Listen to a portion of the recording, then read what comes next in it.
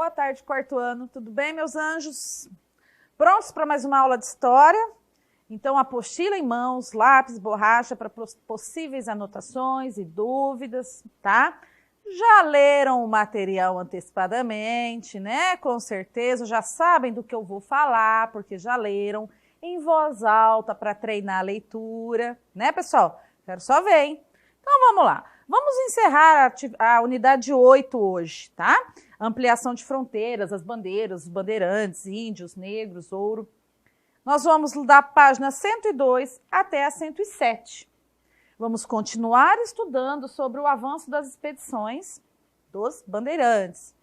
Vocês vão ler as páginas 102 a 105. Pessoal, quando eu tenho esse A, não quer dizer 102 e 105. É 102, 103, 104 e 105.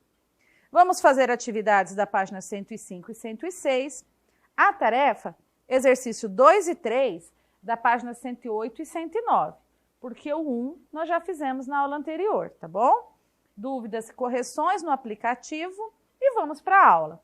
O que nós vimos por último aí, né? Onde nós paramos? Nós vimos que a capitania de São Vicente, né, que depois de algumas mudanças se tornou o estado de São Paulo, ela não prosperou.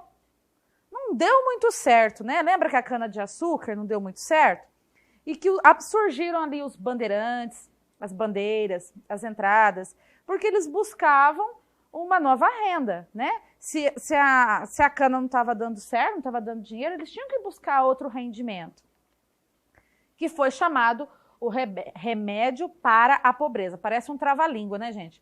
Remédio para a pobreza. Foram as expedições em busca de riqueza, de alguma coisa ali para manter a renda. Expedições que ampliaram os limites territoriais do Brasil. Como a gente já vem falando, essas expedições serviram para aumentar os limites. Eles desrespeitaram o Tratado de Tordesilhas e foram adentrando, sertão adentro, e com isso ampliou-se as fronteiras, né? As fronteiras do Brasil se tornando o que é hoje. Então vamos continuar. Com o tempo, os bandeirantes eles foram se tornando profissionais nisso, nessas expedições, e foram transmitindo isso de pai para filho. Desde adolescentes, ele aprendia a organizar expedições, lutar, enfrentar a mata, os animais e outros desafios, tá? Lembrando do Tratado de Tordesilhas, que separava o Brasil. Esse lado de Portugal, esse lado pertencente à Espanha. E olha as flechinhas que indicam o caminho dos bandeirantes, o tanto que eles adentraram fronteira adentro. As expedições dos bandeirantes. Pessoal, todo mundo que participava dessas expedições eram pessoas interessadas em independência financeira e uma condição social melhor. Então, tinha grupo que formava por pai, por filho, por genro, por sobrinho. Tem bandeirante que foi sogro de bandeirante aí, 2 famosos, tá? Que a gente pode falar um pouquinho mais para frente.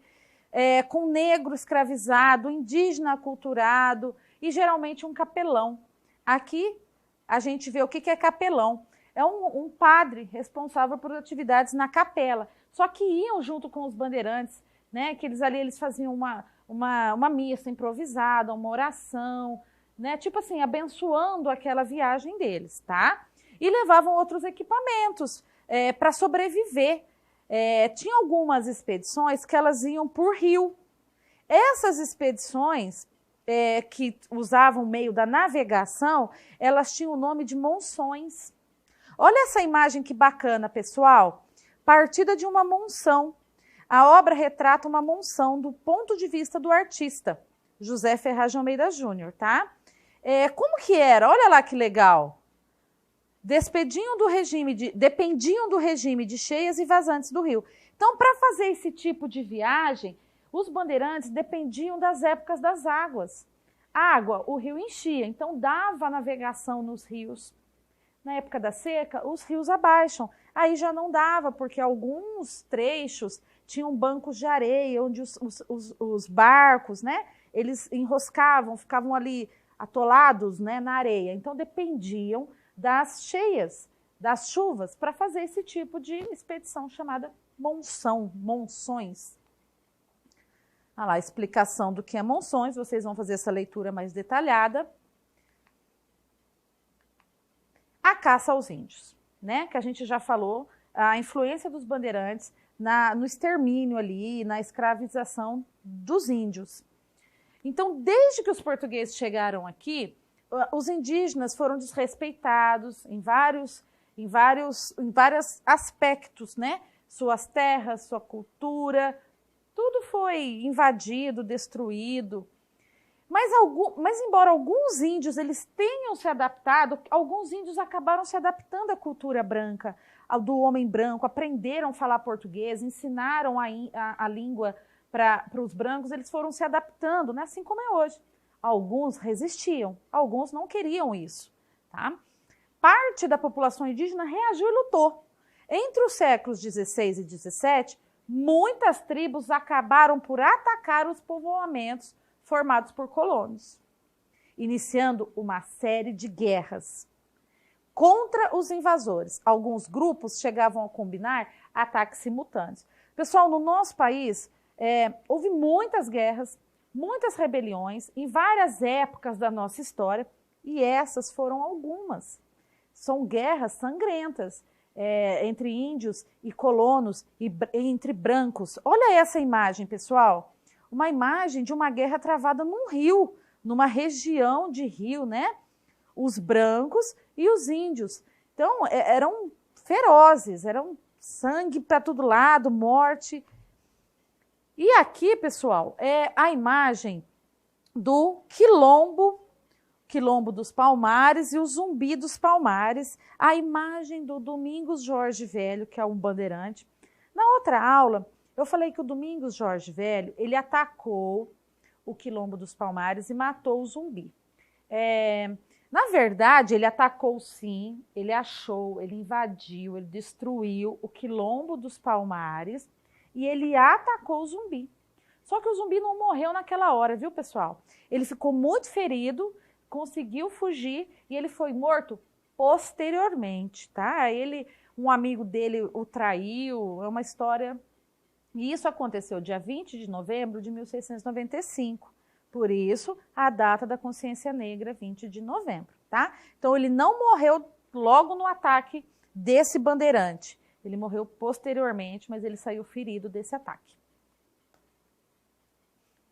Seguindo, a Confederação União dos Tamoios. Tamoios é uma tribo indígena, ocorrida no século XVI, e a Guerra dos Bárbaros. Olha as guerras aí que eu vinha falando para vocês. Elas duraram muito e mostraram a força indígena na luta contra os colonizadores, tá? Então, essa leitura que vocês vão fazer, porque está explicando o que foi a Guerra Justa. Porque, pessoal, o governo de Portugal, que na época era o Dom Sebastião Rei, 1570, ele tinha proibido a escravização de índios. Só que, ao mesmo tempo, foram passando os anos, depois assumiu o rei Filipe II, eles lançaram um documento que dava o direito dos colonos, dos portugueses, atacarem as tribos indígenas se eles forem atacados. Vocês não podem escravizar índios, só que se eles te atacarem, vocês atacam também. E aí o que acontecia? Os brancos, os colonos, eles, tipo assim, provocavam os índios. Eles armavam situações que os índios tinham que se defender, e aí eles tinham esse direito de atacar. Olha que coisa louca. E isso foi chamado de a Guerra Justa. Vocês precisam fazer a leitura desse textinho aqui, tá bom? Seguindo, os jesuítas e a caça aos índios. Os jesuítas, pessoal, eles até protegiam os índios. Eles, com as missões, né, com a catequização, com a educação dos índios, eles até protegiam. Só que, infelizmente, quando eles agrupavam os índios nesses aldeamentos, os índios se tornavam presas fáceis para os brancos. eles acabavam condenando a caça aos índios. Eles condenavam as caças aos índios, tentando protegê-los.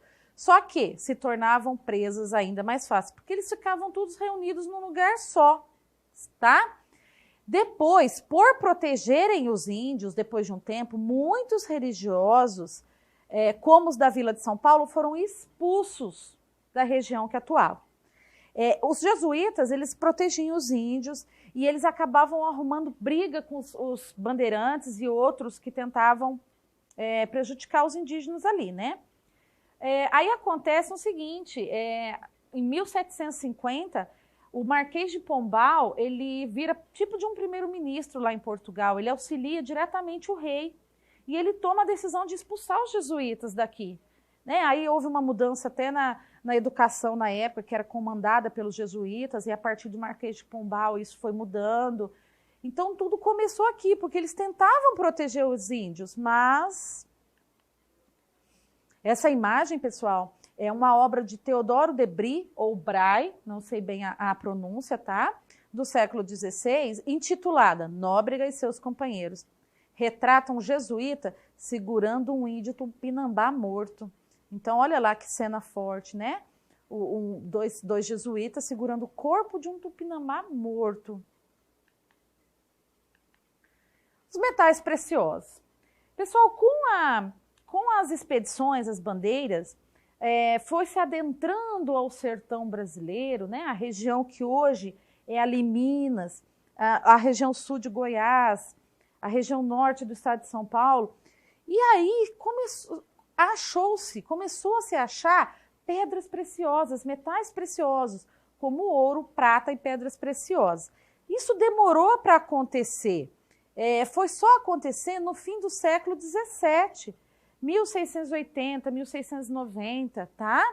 Lá na região onde hoje se conhece como Minas Gerais. E acharam-se pedras e metais preciosos, tão cobiçados por colonos e portugueses. Foram encontrados em quantidade significativa, quer dizer, muito. Foi encontrado muito ouro. A partir dessa descoberta, iniciou-se a ocupação dessas áreas e a mineração que deu origem a uma nova onda de progresso, de comércio no Brasil, tá bom? Vamos lá, para as atividades. Tá perguntando aqui para nós quais são as armas utilizadas pelos bandeirantes segundo o texto. Para responder, tem que ler o texto, né? Esse texto aqui, ó, trabalhando com documentos, que vocês vão fazer a leitura. Eu só vou explicar uma coisa. Na página 101 aí, na primeira metade da unidade, nós vimos algumas imagens de monumentos dos bandeirantes, como eles eram retratados, tá? Nesse texto aqui, do Auguste de Saint-Hilaire, ele fala um outro contexto de como ele via os bandeirantes, como ele descreve os bandeirantes. Então, nós vamos começar a fazer comparações entre os bandeirantes daqueles monumentos e os bandeirantes desse relato aqui. Então, tem que ler esse texto. Então, as armas. Uns levando fuzil, outros arco e flechas, todos armados de comprida faca. Era tipo de um facão que eles andavam. Como eram as vestimentas e os calçados? Nesse texto aqui, ele descreve assim, ó, iam descalços, cinturão de couro cru, chapéu de palha de aba larga, sem outra vestimenta, além de uma braga de tela grosseira de algodão e uma camisa curta. Todas essas palavras diferentes estão aqui, ó. Fala o que é chumbo e pólvora, fuzil, braga, tá tudo aqui. Então tem que ler para entender o que está fazendo aqui, tá bom? Nós vamos retome a forma que os bandeirantes foram retratados lá na página 101 e a gente vai fazer essa comparação. O que os dois textos têm em comum? E o que os dois textos têm de diferente? Ambos falando dos bandeirantes. Então, o que coincide? Informações sobre o armamento. O que não coincide? Informações sobre a vestimenta dos bandeirantes. Lembra que eu falei para vocês que eles eram retratados todos muito bem vestidos, de botas? E aí eu questionei com vocês no seguinte, o tanto que eles andavam, o Brasil adentro, tudo a pé, por meses e até anos, como que eles andavam tão bem vestidos assim, né? Então, olha, é a comparação dos dois textos, certo? Mapa do Brasil redesenhado. Aqui nesse mapa, pessoal, nesses dois mapas, ocupação do território brasileiro nos séculos 16 e 17. E aqui, já no século 18 e 19. Olha como era o território conhecido. Olha aqui. E olha como aumentou depois da ação dos bandeirantes. Olha o tanto de terras novas que eles entraram e conquistaram. Atividade. O que essa linha que divide os mapas está representando? Tá até o nome aqui, ó. Tratado de Tordesilhas, ó. Tá até o nome aqui no mapa. Quais eram os países envolvidos nessa divisão? Espanha de um lado, Portugal de outro. Quais informações que são apresentadas nesses mapas? A gente percebe que a área de definição da ocupação do Brasil, nos séculos 18 e 19, em relação ao Tratado de Tordesilhas, ficou diferente daquela ocupada nos séculos 16 e 17. Ora, no século 16 e 17 era só essa terra conhecida. Com a chegada dos bandeirantes, com o começo das expedições, olha o tanto que se foi ampliado, tá? Qual é a relação dos bandeirantes com as novas áreas ocupadas? O que os bandeirantes têm a ver com isso? Com as expedições, os bandeirantes foram avançando pelo interior do território, ultrapassando o limite determinado pelo Tratado de Tordesilhas, como a gente vem falando em todas as aulas. Com isso, foram levando adiante a cultura portuguesa, fazendo com que esses territórios passassem para o domínio da coroa portuguesa, aumentando o território do que hoje é nosso país. Tarefa, pessoal. Nós temos essa imagem, tá? Lá na página 108. Eu tenho alguns objetos aqui no meio de uma mata. E o que o exercício pede? Os objetos que não faziam parte do material levado pelos bandeirantes. O que não fazia parte? Então, eu vou olhar aqui e vou imaginar. Eu vou dar uma dica para vocês. Olha, uma mala de viagem com rodinha e tudo. Naquela época existia isso? Então, eu vou assinalar, porque isso aqui não pertence à história dos bandeirantes, né? Eles não carregavam isso. Uma dica, são 9 objetos, tá? 9 objetos para vocês encontrarem. E para achar, para entender o que os bandeirantes levavam, vocês têm que ler o texto Trabalhando com Documentos, na página 105. Exercício 3, tem um pequeno texto. Durante muito tempo, os bandeirantes foram encarados como heróis. Lembra que eu sempre falo que eles eram encarados como heróis? Teriam sido desbravadores que contribuíam para a construção do nosso país, expandindo nossas fronteiras. Essa imagem heróica acabou dando lugar oposta. Os bandeirantes teriam sido bandidos cruéis, sanguinários, que saqueavam aldeias indígenas, matando crianças e escravizando índios. Tudo que a gente vem vendo nessa unidade, a atuação dos bandeirantes. Como que eles conseguiram aumentar território? Como eles conseguiram chegar na região que hoje é Minas Gerais? A custo do quê? Em nossos livros, o bandeirante foi retratado dessas duas formas. Uma como herói, outra como vilão. Ambas as imagens exageraram aspectos da vida dos bandeirantes e ignoram outros. Então, tem um pequeno texto falando desse bandeirantes, heróis ou vilões. Então, vocês vão ler com bastante atenção, ver as palavras aqui, o que significa, para responder aqui. Sobre os bandeirantes, assinale o que melhor define o conteúdo do texto.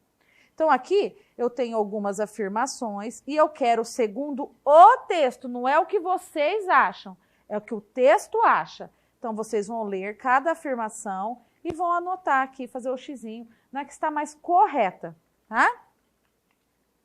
Só isso por hoje, pessoal. A tarefa é curtinha, né? A unidade se encerra por aqui. Nós vimos o avanço da Expedição dos Bandeirantes.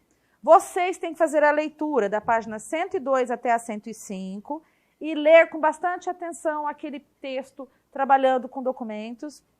Fizemos atividades. A tarefa, exercício 2 e 3, da página 108 e 109, as dúvidas e correções com o professor no aplicativo. Certo? Por hoje é só. Tenham uma ótima tarde. Fiquem com Deus e até a próxima aula.